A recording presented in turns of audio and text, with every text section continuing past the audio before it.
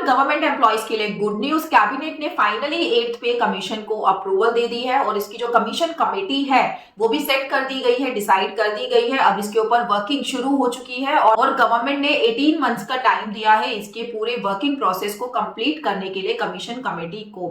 ये देखिए, एप्लीकेबल तो आपकी 1 जनवरी 26 से हो जाएगी, बट क्योंकि 18 मंथ्स का टाइम दिया गया है तो 18 मंथ्स आपके कंप्लीट होंगे मई जून 27 में। तो इसका मतलब ये हुआ कि आपको फाइनली पेबल होगी मई या जून 2027 से, और एप्लीकेबिलिटी क्योंकि 1 जनवरी से है तो आप लोगों को अरियर दिया जाएगा 1 जनवरी 26 से।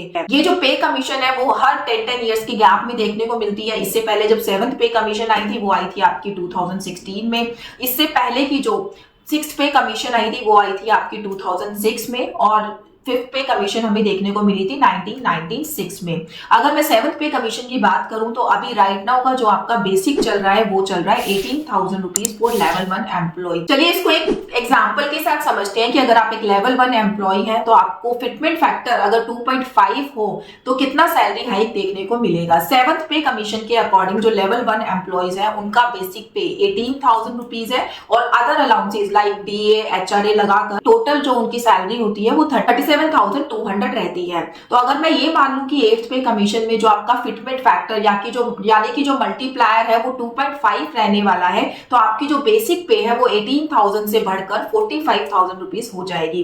वहीं डीए आपका 0 से स्टार्ट होने वाला है। आप ये मत समझिएगा कि आपको डीए मिलेगा ही नहीं 8th पे कमीशन के बाद, बट जब हर 10 साल में इस तरीके का पे कमीशन सेट किया जाता है तो आपका जो डियरेंस अलाउंस है वो दोबारा से 0 से स्टार्ट होता है। 0 से उसकी परसेंटेज बेसिक पे पर कैलकुलेट होनी शुरू होती है।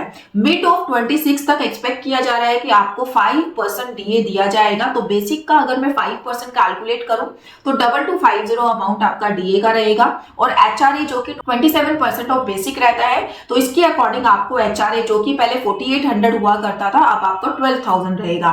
और अदर अलाउंसेस जो आपकी है travel allowance, children allowance, medical allowance, उसमें कोई ज्यादा चेंज आपको देखने को नहीं मिलेगा।